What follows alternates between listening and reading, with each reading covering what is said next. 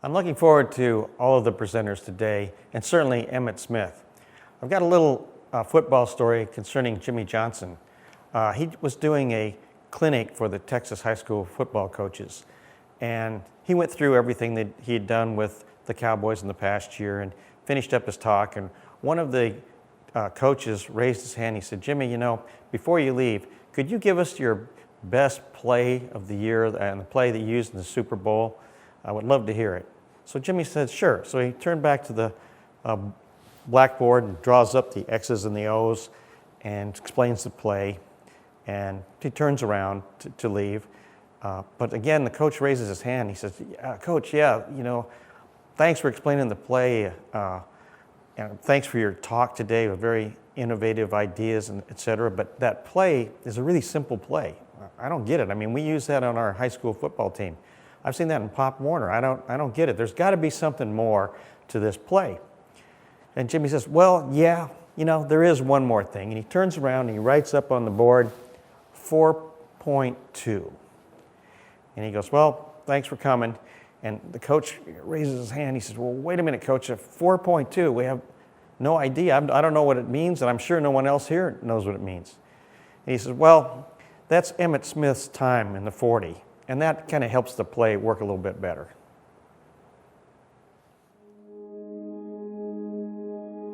Today, I'm going to speak about golf instruction greatness. One definition of greatness is great is different. Great people are doing things differently. We also recognize that many innovators are different. Although I guess this seems rather obvious, the word different will be central in my talk. Carl Welty was a different golf professional. He did not go with the status quo. He was an innovator who charted his own course, and he was a master of observed structure. When you encounter someone like Carl Welty, you definitely learn quickly that he was different. He might make you take a step back. I knew some people could not see the genius of Carl. He was just too far away from the normal golf instructor. His approach, his speech, the pace of his lessons, his references, the process, the way he used video, his deep knowledge of swing analysis, and he really was not good with dumb questions. When I did my eulogy for Carl in 2018, I remembered a quote Steve Jobs made about people who were different and perhaps even odd. But those people change things. I found that quote in the movie Jobs, and I used parts of that quote to talk about Carl in my eulogy. I'll play the Jobs quote from the movie to give you an idea of the type of person that was Carl Welty. He even looks like some of the people in this clip. Here's to the crazy ones, the misfits, the rebels, the troublemakers, the round pegs in the square holes, the ones who see things differently. They're not fond of rules, and they have no respect for the status quo. You can quote them, disagree with them, glorify or vilify them. About the only thing you can't do is ignore them, because they change things. They push the human race forward. And while some may see them as the crazy ones, we see genius. Because the people who are crazy enough to think they can change the world are the ones who do.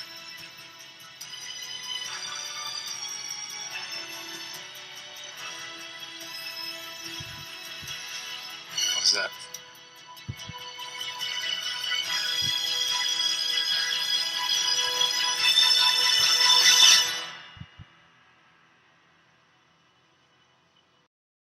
I told you Carl looked like a few of the guys in that movie.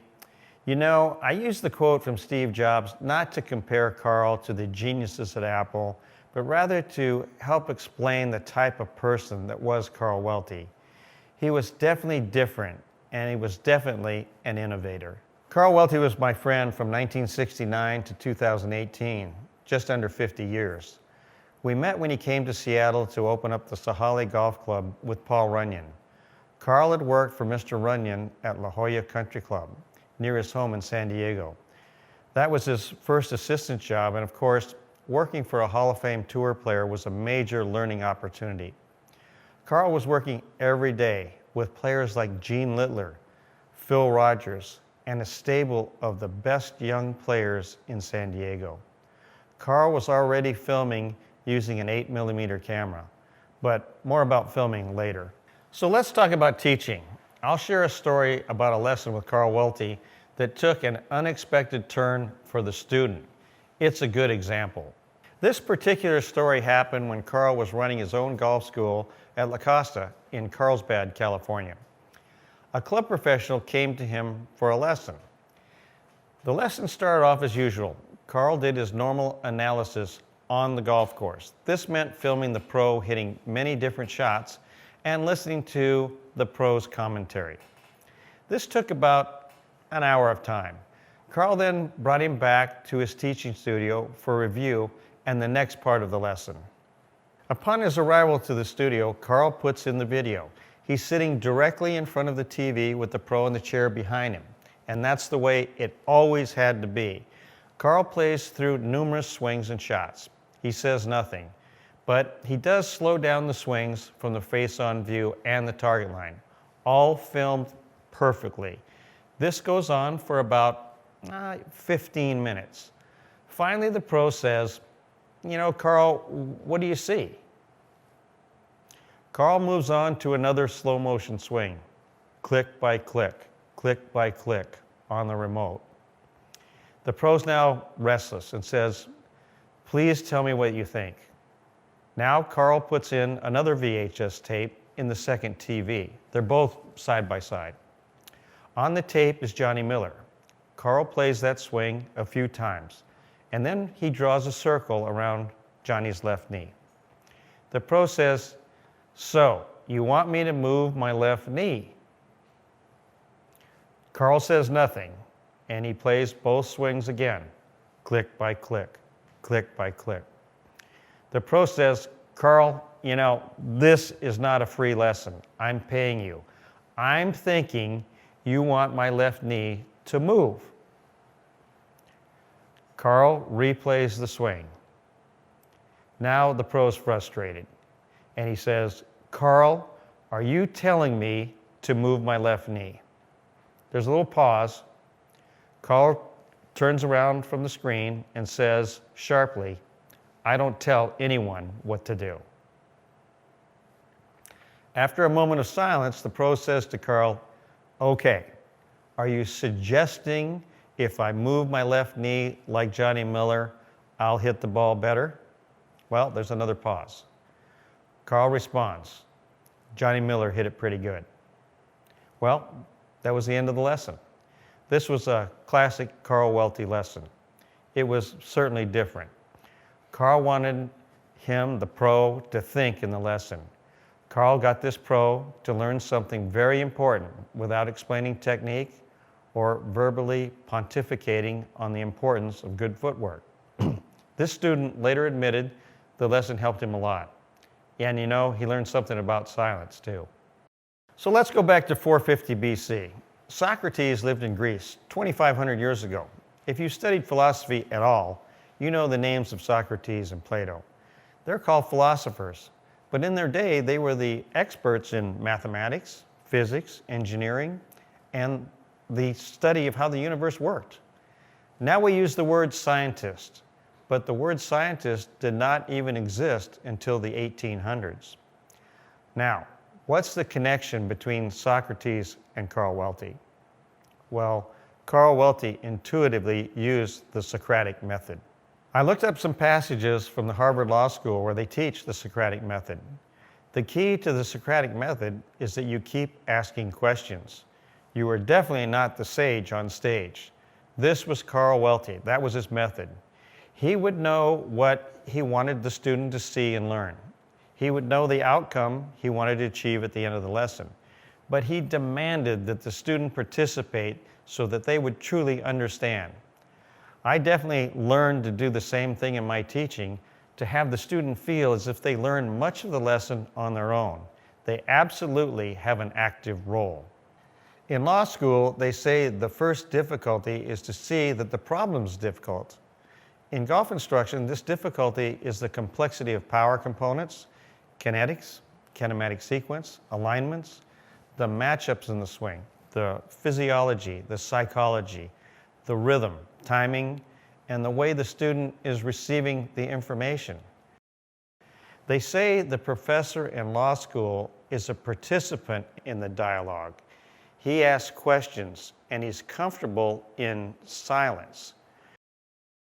Brevity and short interventions from the professor are most welcome. There are no speeches or long answers.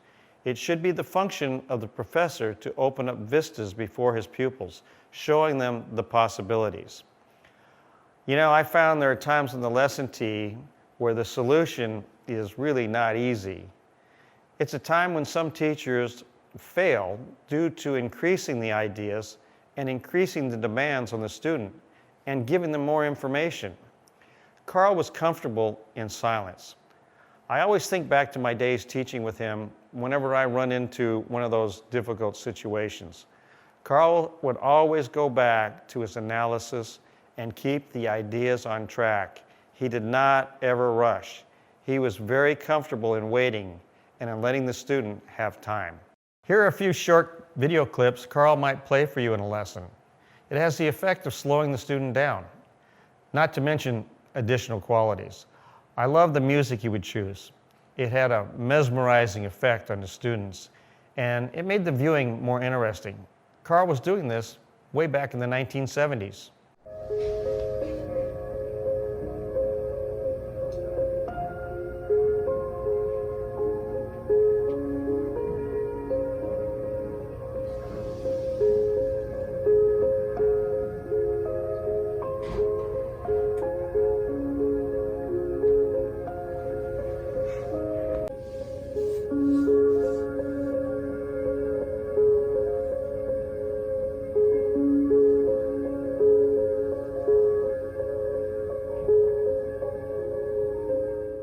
A lesson with Carl was an unforgettable experience because he would point out details nobody would ever see, and he loved to hear what the students saw in the videos.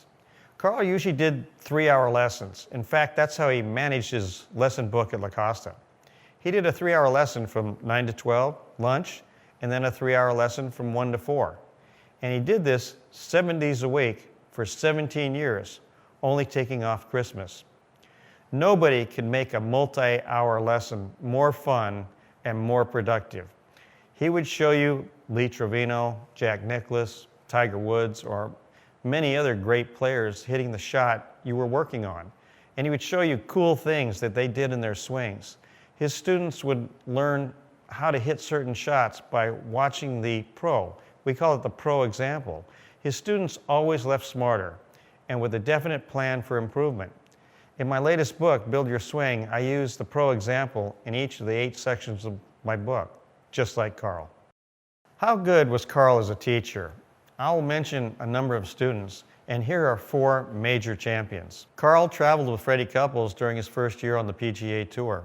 Here's a note from Freddie. To Carl, from Burlington to Augusta, thanks for all your support. By the way, Skagit Valley is located in Burlington, Washington. Paul Azinger, to Carl, thanks so much for all of your help. All the best.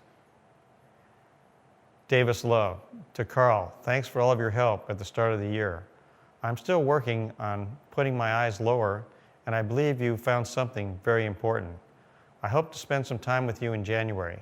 And here's a note from Curtis Strange. Dear Carl, I personally want to thank you for the individual time you spent with me at the Tournament of Champions. I learned something from watching my own swing on tape, but I also enjoyed looking at the many players you have in your file. Carl worked with many great players, including Lee Trevino, Greg Norman, John Daly, Annika Sorenstam, Tom Kite, Gene Littler, Peter Jacobson, and many, many other PGA and LPGA stars. But Carl believed the true measure of a teacher was to see if they could take a junior golfer and teach them how to be a top college player or even a PGA or LPGA player. He always told me to see which teachers could really develop players. After his time at Sahalee, Carl moved to the Meridian Valley Golf Club as an assistant to Tag Merritt. That was very near my Seattle home. When Tag moved to a top job in California, Carl then became the head professional at Skagit Valley in Burlington, Washington. This is just north of Seattle. Freddie Couples made the reference about Burlington under his picture. As the head professional at Skagit Valley, Carl developed a great junior program with all kinds of innovative tournaments and teaching programs. One winter, he actually taught 2 young boys who had never played golf by having them hit into a net with 0 instruction, not one word. They just had to do one thing, and that was put face tape on every shot. Then in the spring, when the weather improved, the boys went out for their first 9-hole round ever, a 42 by one boy and a 45 from the other. Pretty cool. At Skagit, Carl taught 8 young players who would later go on to win the Washington State Amateur. He worked extensively with my boys, Matt and John. Both were ranked in the top 20 juniors in America. John was a first-team All-American AJGA, and both played at top college programs. Matt played at Wake Forest and John at Oklahoma State University. Later, Matt worked full-time with Carl as a personal assistant at PGA West, and John lived with Carl for 4 months when he turned professional in La Quinta. You know, I consider this time with Carl as one of the greatest gifts I ever gave my boys. Many top Northwest golfers traveled up to Skagit to work with Carl. The list is way too long, but I do want to mention Matt Thurman, who had this to say about Carl. Matt is now the head coach at Arizona State, and he's a 4-time winner of the Coach of the Year in the Pac-12 Conference. Hi, my name is Matt Thurman, men's golf coach at Arizona State University, and I'm so glad you're talking about Carl Welty today. I owe him so much, and I have a lot of stories about him, and I'm going to give you 2 quick examples. First, I grew up in Burlington, Washington, where Carl was for several years as a head golf pro at Skagit Golf Country Club. And I was not a golfer. Family didn't have a lot of money, not connected. And when I was 5 years old, after following my brothers up to the club to find golf balls and sell them, I told my mom, I said, "Mom, I'd like to start playing golf." She immediately took me up to the pro shop. Carl said hi, took me in the back office, fitted me for a 9-iron. I can still imagine it today, picking out the grip, having him size me up, making sure it fit me just perfectly. Fit me up with a 9-iron, hardly even knew who I was or who my mom was, and sent me on my way free of charge. I used that 9-iron for 2 years straight in my yard, and then started taking lessons from Carl when I was 7. Now, he moved away when I was 10 or 11, and I started to go visit him about once a year for a week with Jason and Craig, his sons, at La Costa Golf School. He had an amazing way of teaching. And I would come to him with all this kind of mental scar tissue that I had picked up in reading a book or a magazine or listening to a coach or listening to my peers. And I had all these things in my game that I was a little insecure about. And so they would come out here and there, and I would say, "Hey, Carl, what do you think? Do I need to fix this?" He would never answer the question. And he would just act like he didn't hear you. And then he'd walk off into the other room and come back a couple minutes later with a video. And you're like, "Oh, did I say something wrong? Did I upset him?" He'd put the video in, and he'd watch it for a minute. He goes, "Bones, what do you think?"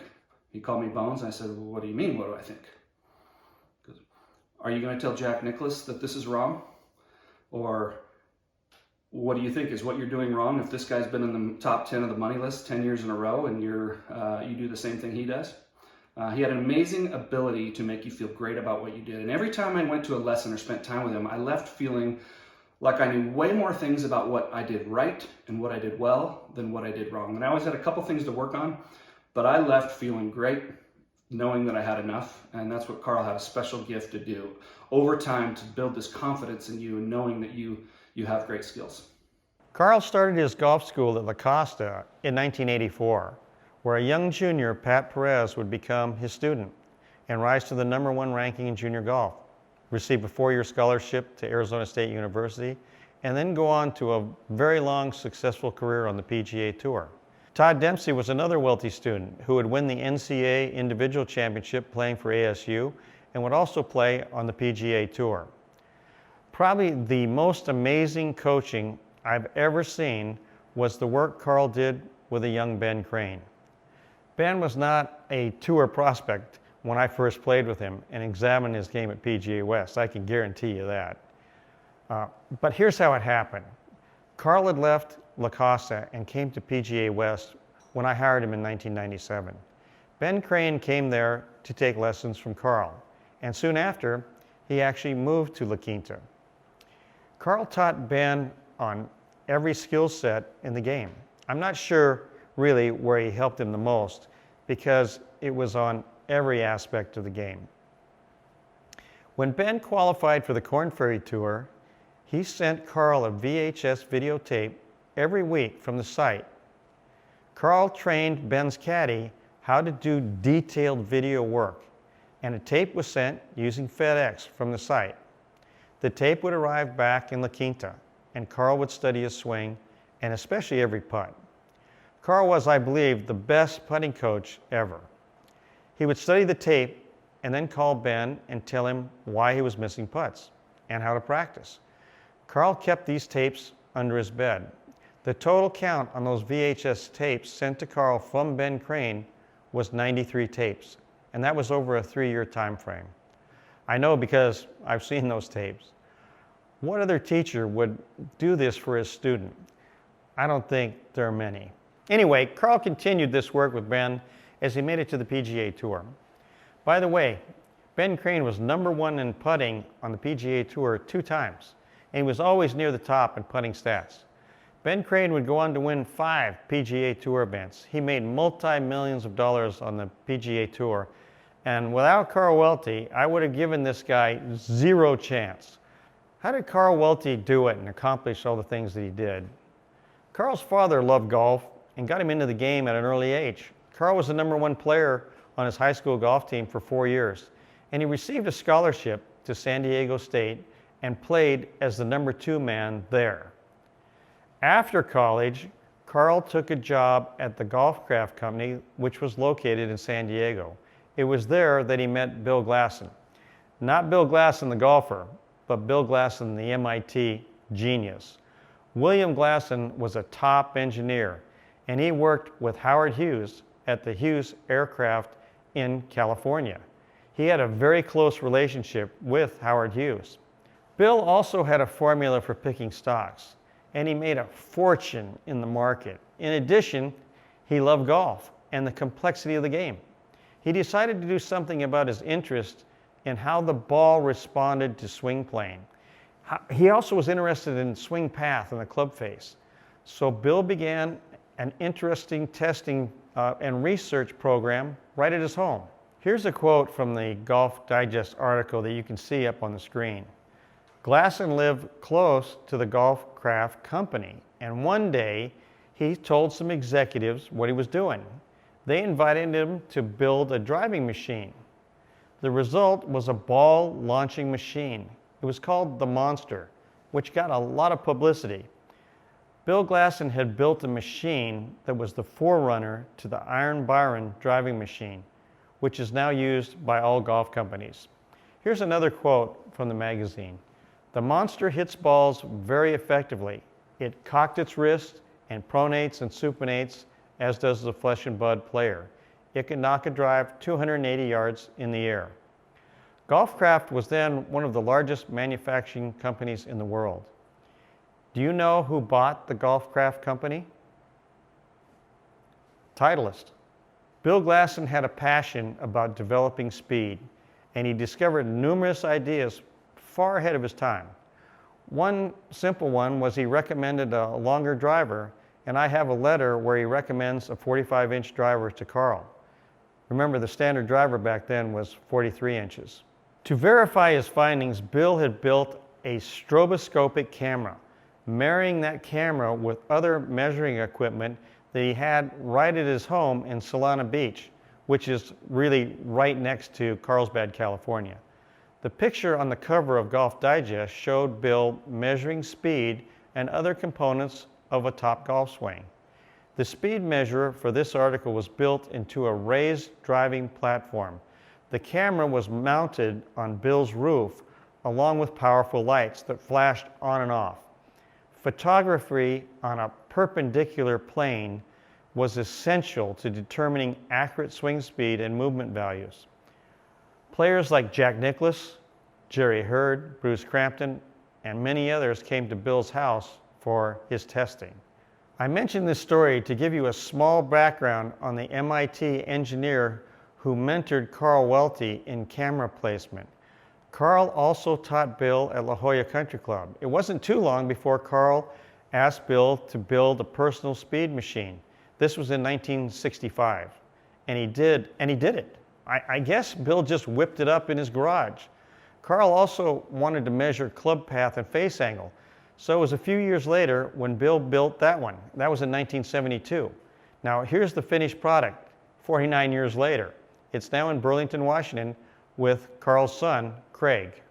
Carl actually had a TrackMan before any teacher ever thought about something like that. By the way, it still works, and it's very accurate. Carl measured my speed many times back then, plus many other PGA Tour players, especially when they came to La Costa for the annual tour event, including Jack Nicklaus. For your information, Jack just made one swing on that machine. His speed, 126 miles per hour. Glaston was adamant about filming down the target line and from far enough back to avoid distortion. Bill and Carl decided on 10 yards behind the golfer, with the camera slightly turned in to get the player in perfect frame. The picture had to be perfect. Carl could not stand anything but a perfect clip. Bill Glaston also encouraged Carl to do very accurate research as he developed his video library. Carl was all in on scientific detail that was required to compare the best players in golf. Obviously, placing the camera down the line when filming outdoors is the most accurate way to do research. You do not have to account for different stances or different shot patterns, and you can see the plane perfectly for all types of shot shapes. You do not ever adjust to the golfer. You only determine the target. As a stark learning experience, I have my teachers place the camera at different heights and from different locations. We put many cameras in different spots. They're always stunned at how different the same swing looks from different spots where the camera's placed.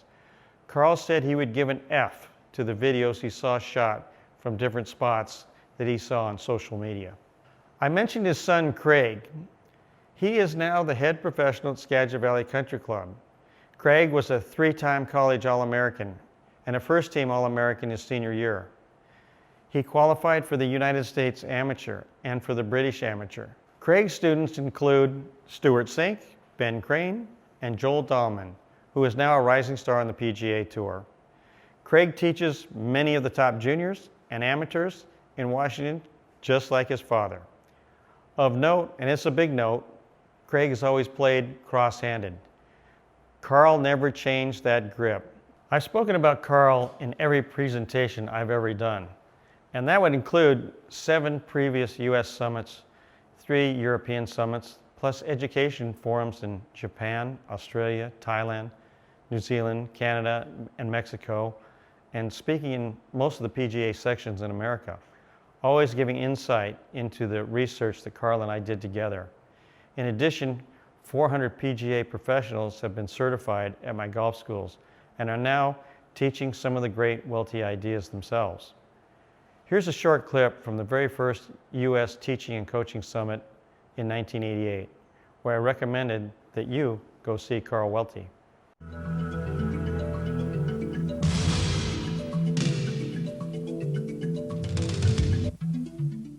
And a good friend of mine from the state of Washington, who's now the head instructor at La Costa, Carl Welty, is the guy that I've learned a lot of this stuff from.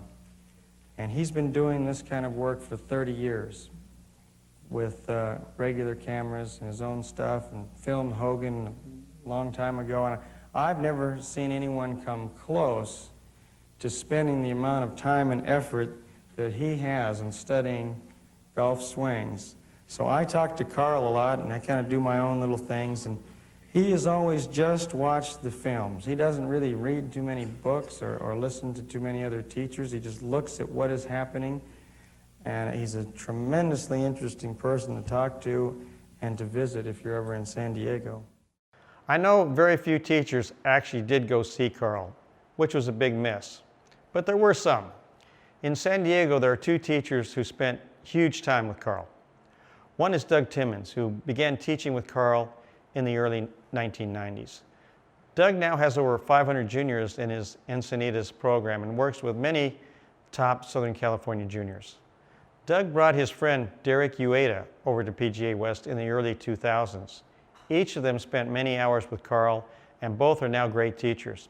Derek has become very well known as the putting instructor for Alexander Schauffele. He works with numerous other PGA Tour players as well, and also top amateurs, specializing in the Welty putting system.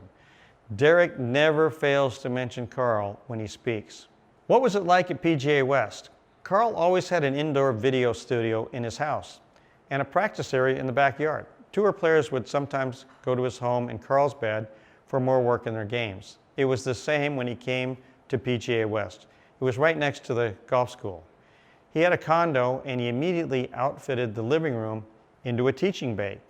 He located the down-the-line camera in the kitchen.